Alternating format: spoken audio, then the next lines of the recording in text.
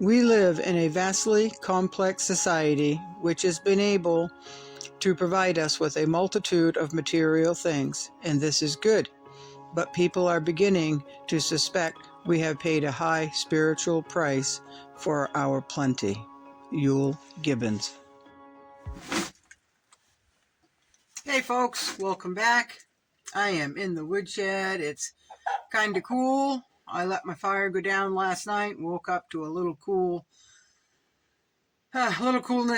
in the house. I left the window open just a little bit. So I started a fire. Like I said, it's a little cool. The rain has finally stopped though. It's been raining for a few days. It's been awfully cold and damp. Can't do much outside. So I've been getting a few things done inside. I did 4 videos on a year in the life of Annie. And the 4th one is loading up as we speak. I'm not sure if it's because of the weather, but things are loading up extraordinarily slow. So I just got done removing some stumps in the yard. A lot more to go. And that's just the way it is, right? That's just the way it is. Now I am going to talk a little bit about a Yule Gibbons quote. But before I do that, at 11:30 right on the dot here, things got eerily quiet. There's no rain, there's no breeze whatsoever. The frogs in the bog stopped making their noise. All my birds stopped making noise.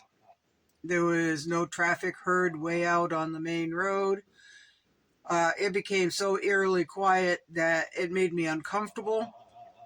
So I stopped, looked around, and just observed, and it lasted for exactly 5 minutes. That 5 minutes was really odd. So, in my mind, in my curious state, and given the way the world is, I had to stop and think if something had just happened. Not sure what, but I did check my phone to see if my phone was still working. It was still on, right? So, right, 'tis the time in this world where anything can happen at any time, and who knows when or what or if anything is going to happen. But when something out of the ordinary happens, and even my birds stop making noise, because they're always noisy here, folks. It just set me back a little bit. It did. So, with that Yule Gibbons quote, and after reading A Year in the Life of Annie, compared to what it used to be back in early 1900s, compared to now, we have made an awful lot of advances in every direction in how we live, right? Here, I live without electricity, right? No solar.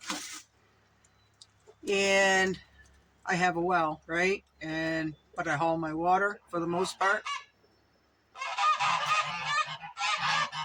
I rely a lot on natural lighting here. Now, I work at 2 different locations, right, for 2 different companies. One, you walk into the geese, folks.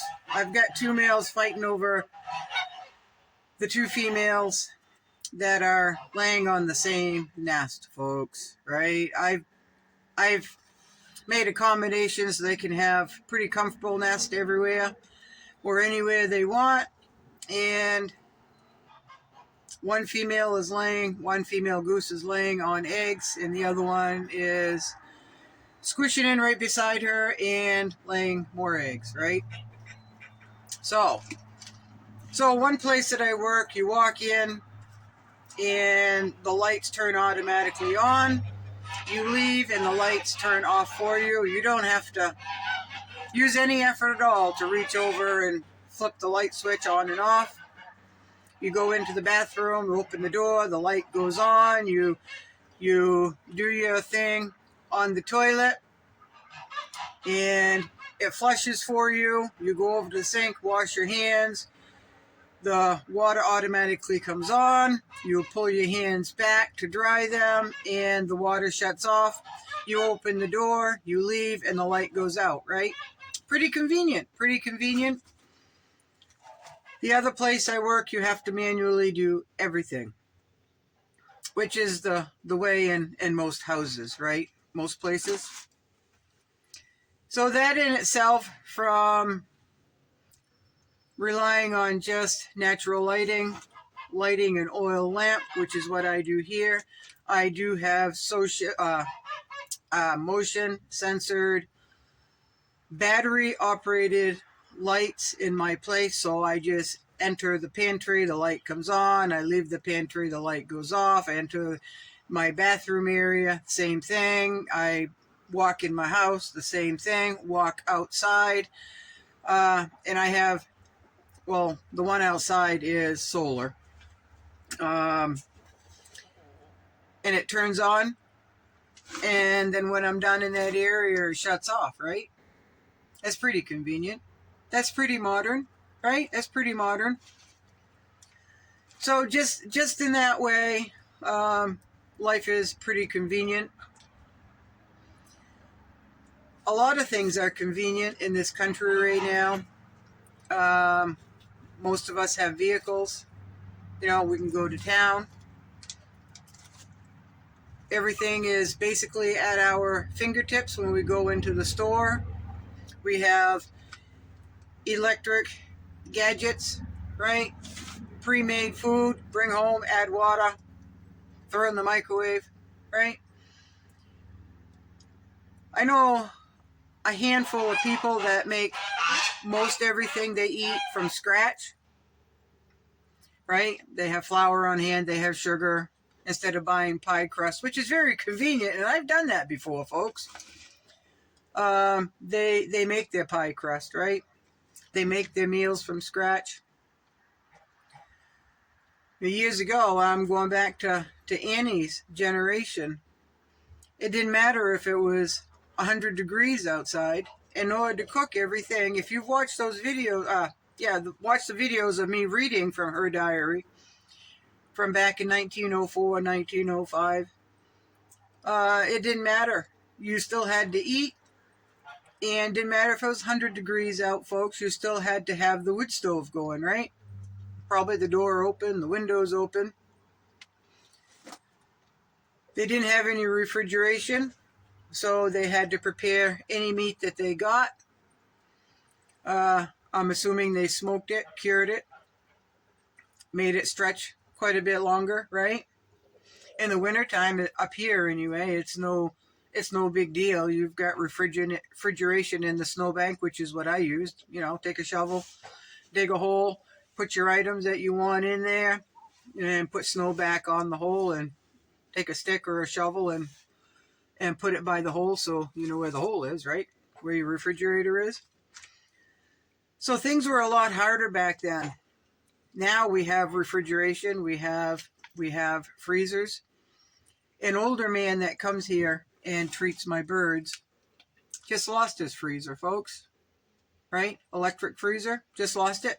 Up and just died. It was working perfectly fine. Then all of a sudden he started smelling something and followed his nose, and that freezer was right up to the top of meat, folks. Meat, right? So he's brought 2 loads over to feed my birds. And when I say meat, folks, it is anything from deer meat to store-bought meat to meat soups that he made and froze. And I'm talking big, you know, those big roaster pans that are 8 inches tall with a with a cover. He brought one of them over right full that he had in his freezer, full of just cooked meat, folks. Right? A lot of things went to waste. There was a lot of prep, a lot of money, a lot of food. That is why I'm not a big fan of freezing, folks. Now, back years ago when I got my moose, I had to go out and buy a second freezer, and I did have a freezer full of meat. I was a big fan of on a bad day, and if I was kind of stuck inside, this is back when I lived on grid, folks. Okay, it's been a few years. I would take a day and make several pies. I would make my crust for the most part. I have bought it, folks, but for the most part, 99% of the time, I would make my crust using my grandmother's crust recipe. And then I would let them cool, cover them up, and freeze them. And when they were froze solid, I would just stack them up in the corner of the freezer. So I would have quick pies. They would be chicken pies, meat pies, mincemeat pies, any kind of pie. I'm not a big fan of sweets, folks, so I very rarely ever made like lemon meringue or chocolate or pumpkin or anything like that. So that's what I would do. I would take a day and bake a bunch of pies and then freeze them. Quick and easy meals, right? Back then, Annie didn't have the option to do that. Of course, she fed a lot of people. A lot of people dropped by for something to eat, right? Or if they were visiting, come over to supper. So, I live pretty simple here. I live pretty basic. I live semi-primitively. So I can relate to a lot of the work that she had to do. I could really relate to that, but living how I do doesn't even compare to what she had to live through. It just doesn't even compare. I've got modern conveniences here. I've got a cell phone, right? I've got a tripod. I've got a vehicle, right? So life was very, very hard. We think we've got it hard now. No, we still have conveniences. We do. We go to work. We drive there for the most part, right? Modern technology and modern conveniences have really, really made us quite lazy, folks. Quite uneducated, in a sense where there's really not any work to learning. I don't know how many times I've got on YouTube to learn a new skill. That's how I learned to run the chainsaw, other than what I already knew from watching for years and years and years. But when that chainsaw is in your hand and you have no one there to guide you, you know how to hold the chainsaw. You know from watching from years past, to look for the leaning of the tree, the branches on one side. Is the chair does the tree have a tendency to barb a chair, and all of that. But as far as more than that, I had to rely on YouTube. So there's a modern day convenience. I didn't have to work very hard at that. I just had to use my fingers and type in and use my brain to come up with the words for a search, right? Right now, our cell phones have everything on it. They have medical information. They have skills that you can learn step by step. The do's and don'ts of that. You got to be careful because not all information is accurate, folks. You've got to be wise, right? So learning has become easy. You can do it in your own home. You carry it in your back pocket. There's spell check on your phone. You can write letters on your phone. You can do anything. You can apply for jobs on the phone. You can do anything, and that's usually kept in your back pocket. It goes with you everywhere you go. So your life is in your back pocket. How convenient is that? That's pretty convenient. Years ago, they didn't have that, right? They didn't. So I think we've become very lazy in one, in learning, in two, in our drive to achieve something, to do something for ourselves. A lot of us rely on others doing for us, right? Instead of learning the skills on how to do it yourself, figuring it out. And of course, there's going to be trial and error. It's going to be clumsy at first. It's going to be, it's not going to be as fluid as in you've done it for years. It's just not going to be that way. You try something new for the first time. It's like riding a bicycle the first time. You're not going to be smooth and all of that. You're going to go back and forth, and you might even fall, right? You might forget where the brakes are. You might forget how to pedal. I don't know. It's been a long time since I rode a bike, folks. So I think we've become very lazy. We've lost a lot of insight on what is important. I think we've really lost a lot of insight on what is truly, truly important. Right? All right, this is getting long. I've got something to do. I might cut a couple of trees today. I can't even get into my garden, folks. After all this, we got a pile of rain. The bog is flooded. It's up, well, it's almost up to the road. It's up to my artichoke patch, which isn't going to hurt that. It isn't. But everything is soggy, and it's cold, and it's damp, and it's cloudy. So if I wanted to get wet, I could do a lot of things. I don't want to get wet. It's too cold to get wet, folks.